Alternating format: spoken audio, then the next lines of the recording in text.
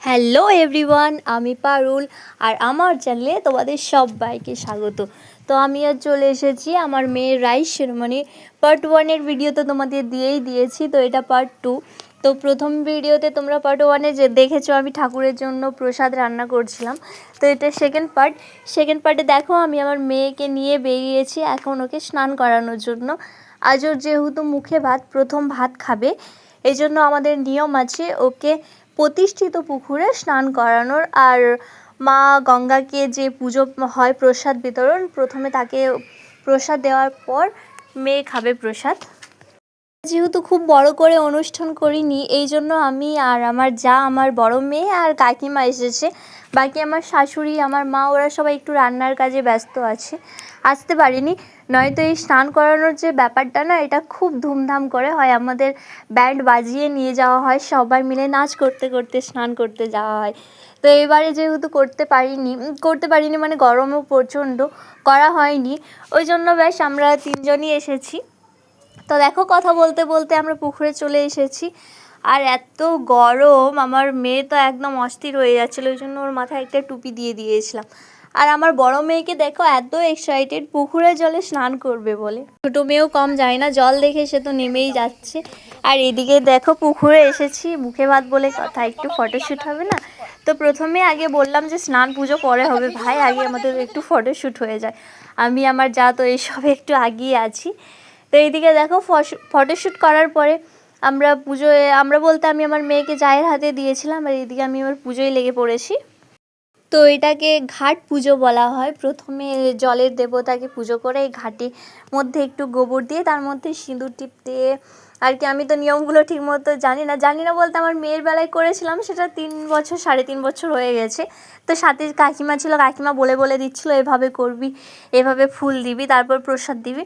তো আমি সেইভাবে কাকিমার কথা শুনে সেভাবেই করছিলাম।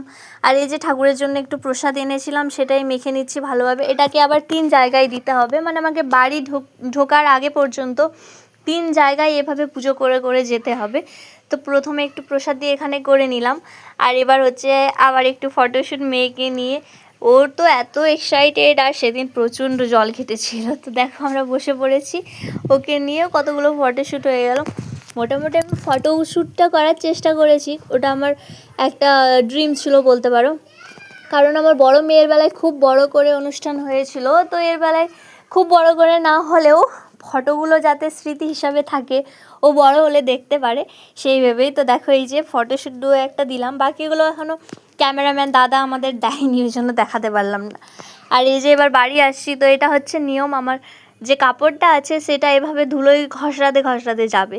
তো মাথায় আমি ঘর নিয়েছি, ওই জন্য আর কথা বলতে পারছি না। আর রাস্তা এত গরম, আমি তো পুরো দৌড়ে বাড়ি ঢুকছি, আমার অবস্থা দেখতেই পাচ্ছ তোমরা। আগেই পাঠিয়ে দিয়েছিলাম গরমের জন্য, কারণ আমার আসতে একটু দেরি হয়েছিল, তারপর আবার সাথে ফটোশ্যুট ছিল, তো ওই জন্য ওদের আগেই পাঠিয়ে দিয়েছিলাম। আর আমি আর আমার যে আসছি, এসে যে ঠাকুর ঘরে ঘট রেখে দিয়েছি, এবার কাপড় চেঞ্জ করে চলে এলাম, মন্দিরে যেতে হবে, পুজো দিতে হবে। তো প্রথমে ঠাকুরের মন্দির, আমাদের যে কুলদেবতা, তার কাছে যেই প্রসাদ দিয়ে আর আমি যে পরমান্নগুলো রান্না করেছিলাম সেগুলোই। তার মাঝে দেখো আমার জায়ের কাণ্ড, সে আমার মেয়ের জন্য গিফট নিয়ে এসেছে, সেটাই আমাকে দেখাচ্ছে, দিদি কেমন হয়েছে।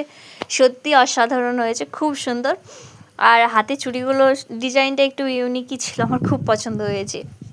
আর এদিকে দেখো আমরা বেরিয়ে পড়েছি মন্দিরে যাওয়ার জন্য। তো আমি ছাতা নিয়েছিলাম, কারণ মেয়ে এমনিতেই পুকুরে নিয়ে গেছিলাম, সেখানে তো প্রচুর রোদ লেগেইছে, ও ইরিটেট হচ্ছিলো, ওই জন্য আমি ছাতা নিয়েছি। আবার রাস্তায় দাঁড়িয়ে ওর 2-1টা ফটো তোলা হচ্ছিল। আর আমার শাশুড়ি মা আগে বড় হয়ে যাবে, আর এই দিনগুলোও পেরিয়ে যাবে, ফটোগুলো কি দারুণ উঠেছে তাই না, থেকে যাবে। তাই এই ফটোটা আমার সত্যি খুবই ইচ্ছে ছিল। আর এদিকে দেখো আমরা মন্দিরে চলে এসেছি। তো মা এখন মন্দিরের পুরো চাবি, কেউ আসেনি এখনও, আর পুরোহিতকে বলা ছিল, তো পুজো করে